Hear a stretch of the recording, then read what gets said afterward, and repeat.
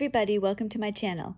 My name is Sharon and this is a channel that is dedicated to all things related to narcissism. I've been married to a covert narcissist for almost 20 years. I'm separated from him now, and what I do with this channel is I use my real life experiences to get information out there to people about what narcissism really is, what it looks like, what it does to you, and what it does to your family. In today's video, I'm going to disclose some of the covert narcissist secrets, things they don't want you to know, things they are afraid of.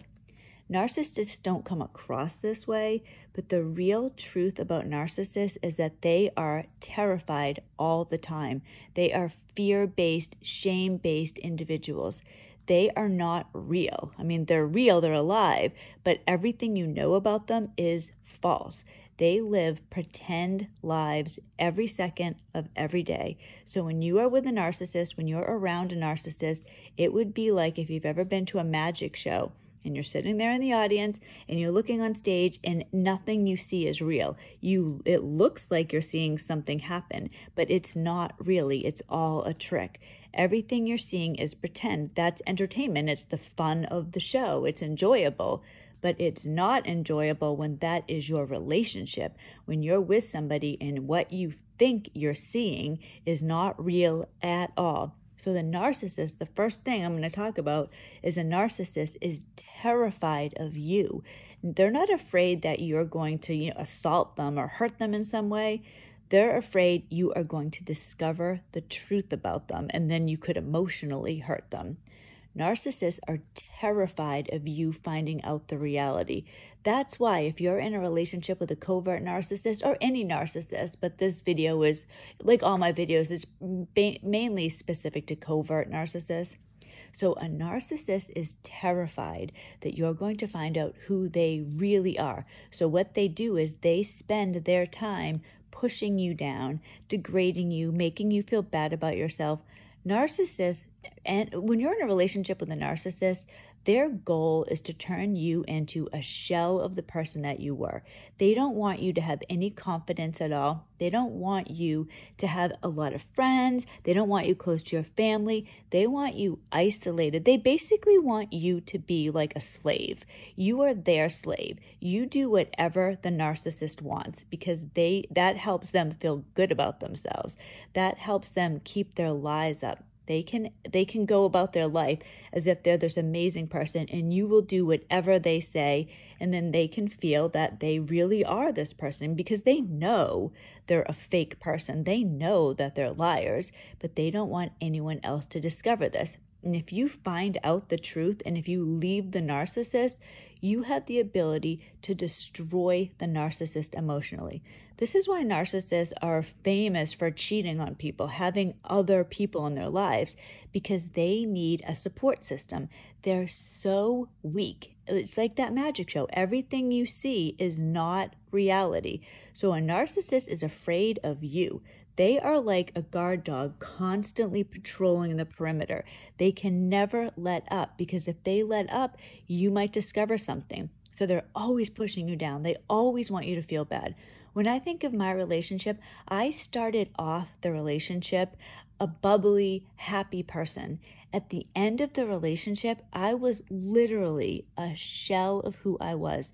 I was afraid of my own shadow. My husband had brought me so far down, and it happens gradually, so you don't even recognize this. One day, you suddenly wake up and you realize, what the heck happened? I didn't know what happened. I became afraid of other people because my husband had brought me so far down.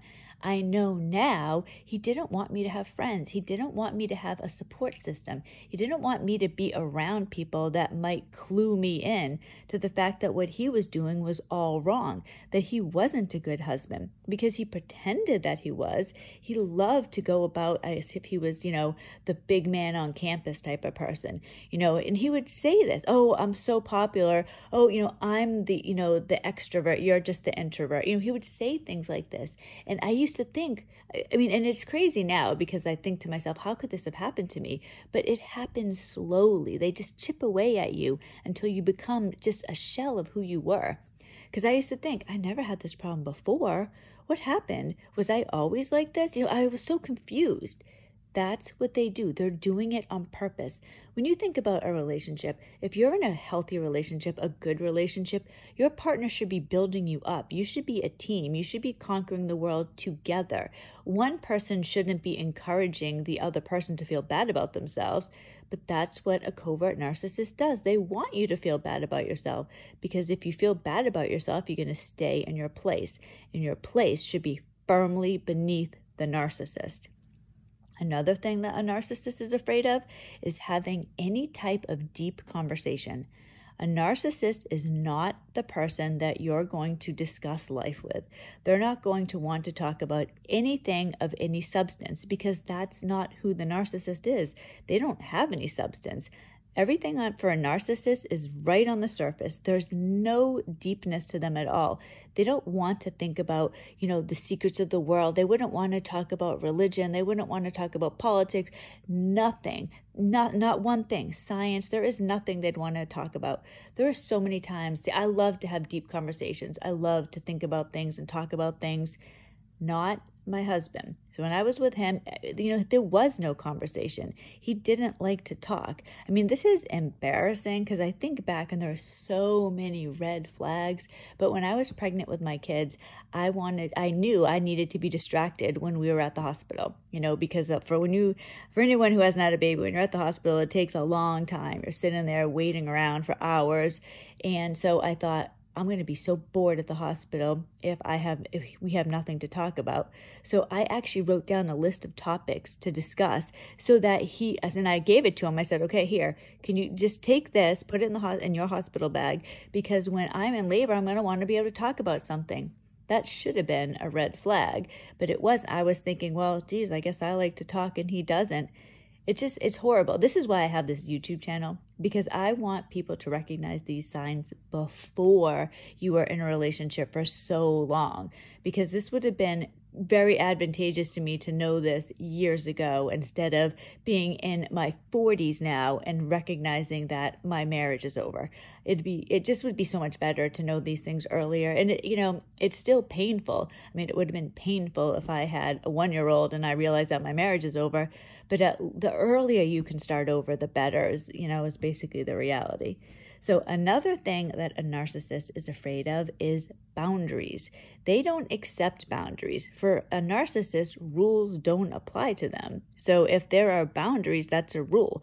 They don't do rules. You do rules. You're supposed to follow the narcissist rules, but there are no rules for a narcissist. They don't, it's so difficult when I think of a relationship, because not like you want to think of a relationship as a bunch of rules, but there's just basic things that you would do in a relationship. You would be honest with your partner. You would be loving to your partner. You would try to be a benefit to your partner. There are lines you wouldn't cross. You wouldn't have a girlfriend or a boyfriend. You wouldn't, charge up credit cards and not tell the other person, that type of thing. You wouldn't live a false life, basically. So for a narcissist, boundaries are for you. Rules do not apply to the narcissist, only to you. They really do want to be like a dictator where they control everything. They're allowed to do whatever they want. You're allowed to do only what they allow. So another thing is confrontation.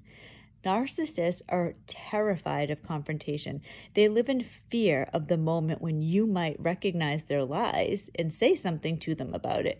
They cannot have that. This is why they're always pushing you down. They always want you to feel bad about yourself. They don't want you to ever get in a position where you might recognize reality. So a confrontation, this is them patrolling the perimeter as a guard dog. They're always looking for any little hole where you might be able to sneak in, or a truth might sneak into you. They can't have that. It's unacceptable. They're also afraid of other people not admiring them. Narcissists, like I said, they are very shame-based individuals. They are people that think very highly of themselves, and they want other people to think highly of them too. So these aren't people that go through life trying to be good people, accepting a reality about themselves, being able to look in the mirror and seeing a reality looking back at them. They are hiding from that at all times. They have built up their pretend world, and they want everybody else to see their world the way that they want you to see it. So they are very invested in their pretend person. So they need everybody else to feel that way too. So when they look around, it's proof to them that they are amazing if other people admire them. Then they can, it's like if you're looking at that magic show we talked about at the beginning of the video, they want people to keep on believing that it's real. They want people to keep coming to the show. So if they see people stop admiring them, this is a clue to them that something is wrong and they're going to take drastic action. My husband used to go to church with us, and he would go into the church and he would put on a show. I mean, it was disgusting. He would go in, he would be shaking hands with everybody, walking up and down the aisles, greeting everybody, acting like he was the king, almost like he was like some politician coming in and shaking everyone's hand and patting little kids on the head. That's the type of person he wanted people to think he was. He was a superpower. He was an amazing man. Everybody had to admire him. Because when he went around shaking everybody's hand, talking to everybody, and I was sitting at the seat with the kids, like everybody else at the church, nobody else was going around shaking everybody's hands, going up and down the aisle. Literally, he was really, think about a politician at a parade, walking up the street, going side to side, shaking hands with that big phony smile. That was him. So he would look at me, oh, there she is, just sitting there. That's where she belongs. Everybody admires me. Then I can later tell her, oh, I'm at so-and-so and so-and-so and so-and-so, and I'm so popular and I'm so wonderful and you're just you. This is what they do. So they need to keep their supply going. Narcissists have to keep people in line. It's not just you, it's mainly you, but it's other people too. They need their little fawning people to look up at them, even if it isn't real, because I know now, like I look back to it, it's so obvious. He was phony. People could probably see that he was phony, but nobody was going to say anything to him. If they're sitting at church, they're going to shake his hand and talk to him. But this was important to him. This was crucial to him. He loved doing it. He would do it at work too. He used to go to work. He used to bring candy in, things like that, so people would come to his desk and he could feel powerful. That's how narcissists are. Nothing is real. They don't care about anybody else, but they care about what other people think of them. And the last thing I'm going to mention here is death. Narcissists are afraid of death. Now, I know everybody to a degree is afraid of death, but narcissists have a pathological fear of death. I think it's because subconsciously they know that they're going to be in trouble when they die. Because when they die, they're going to be confronted by God. This is when karma is going to come in and pay them back. So they're terrified of death. My husband and narcissists do this. This is a common thing they do. They threaten suicide all the time. I'm going to kill myself. Like my husband would do that all the time. I can't even tell you how many times he would do that. I would confront him with something and he would tell me he was going to go kill himself and he would get in the car and drive away. He wanted me to be terrified, scared. Oh no, he's going to hurt himself.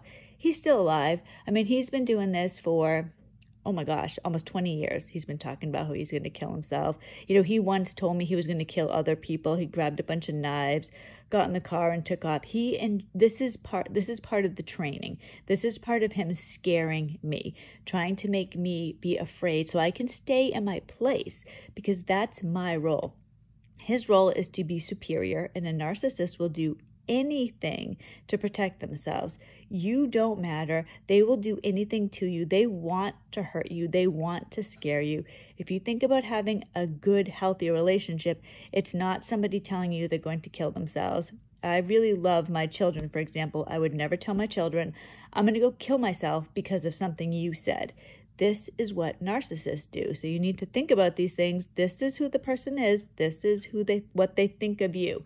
You're not anybody to be protected. You're not anybody to be loved. You're somebody that needs to take care of them despite how you feel. You are now a slave. That's what the narcissist thinks of you. Thank you so much for watching this video. I hope you liked it. If you did, please give it a thumbs up. Please consider subscribing to the channel. I make videos every Monday, Wednesday, and Friday, so if all goes well, I will see you on Monday. Good night.